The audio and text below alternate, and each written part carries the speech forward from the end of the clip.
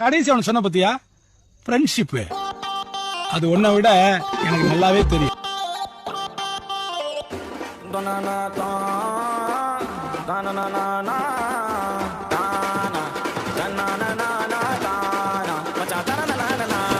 இறங்கி வந்து ஆடு நண்பா, எல்லாம் இருக்கு நமக்கு. நட்பு ஒண்ணே போதும் நண்பா, மத்ததெல்லாம் எதுக்கு? திருவிழா கூட்டத்தில் அழகான பொண்ணு இருந்தா அவ மேல லைட்டா தான் சைட்டு போடுவோம். நண்பனோட காதலிக்கு அனகார பிரச்சனை நான்